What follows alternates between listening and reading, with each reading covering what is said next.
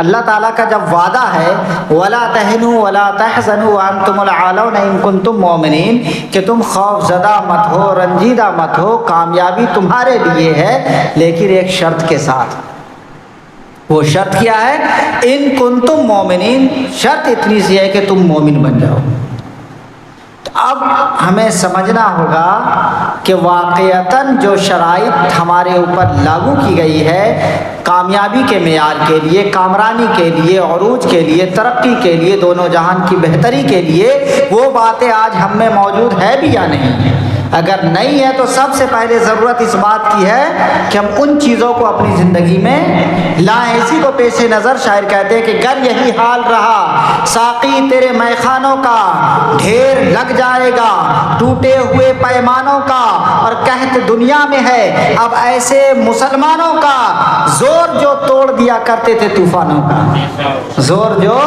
توڑ دیا کرتے تھے طوفانوں کا۔ اور جسے علامہ اقبال کہتے ہیں کہ ٹل نہ سکتے تھے اگر جنگ میں اڑ جاتے تھے، پاؤں شیروں کے بھی میدان سے اکھڑ جاتے تھے، تجھ سے سرکش ہوا کوئی تو بگڑ جاتے تھے، تیر کیا چیز ہے ہم توپ سے لڑ جاتے تھے، نقش توحید کا ہر دل پہ بٹھایا ہم نے، زیر خنجر بھی یہ پیغام سنایا ہم نے کہ مسلمان تو ایسے ہوتے ہیں، مومن کی علامت یہ ہوتی ہے، مومنہ کی علامت یہ ہوتی ہے کہ وہ میرے دوستو جب رب کی صدا آ جائے حی علی الصلاۃ یا حی علی الفلاح، یا پھر محاذ جنگ کے لیے کہ نکل پڑو رب کے نام پر، تو پھر میرے دوستو کوئی بہانہ نہیں، کوئی حیلہ نہیں، کوئی دشواریاں نہیں، کوئی رکاوٹ نہیں، کوئی پردے حائل نہ ہو ہمارے درمیان میں۔ آج تو میرے دوستو طرح طرح سے بہانے بازیاں ہوتی ہے، نماز کے لیے بلایا جائے تو کہا جاتا ہے فرصت نہیں ملتا،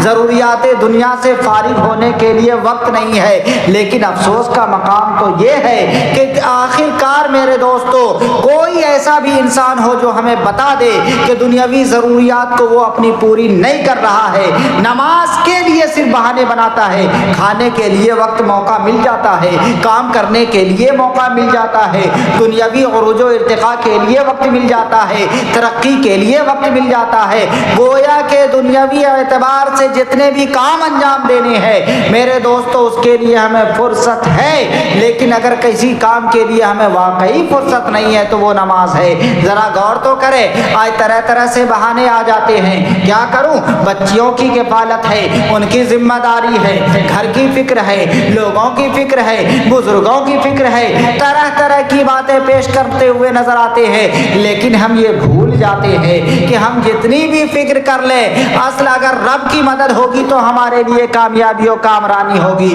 اور اگر رب کی مدد نہیں ہوگی لاکھ ہم کوشش کر لیں، دنوں رات محنت کر لیں، کچھ حاصل ہونے والا نہیں ہے، اس لیے کہ حقیقی اعتبار سے مدد جو ہے وہ رب کی ہے، ظاہری اعتبار سے صرف ہم کام کرنے والے ہیں، اصل جو سبب ہوتا ہے وہ رب کی عطا سے ہوتا ہے، تو وہ کب ہمیں حاصل ہوگا؟ جب ہم رب کی رضامندی حاصل کرنے کی کوشش کریں گے تب نا۔ اب ذرا ہم خود ہی فیصلہ کر لیں عزیزان محترم،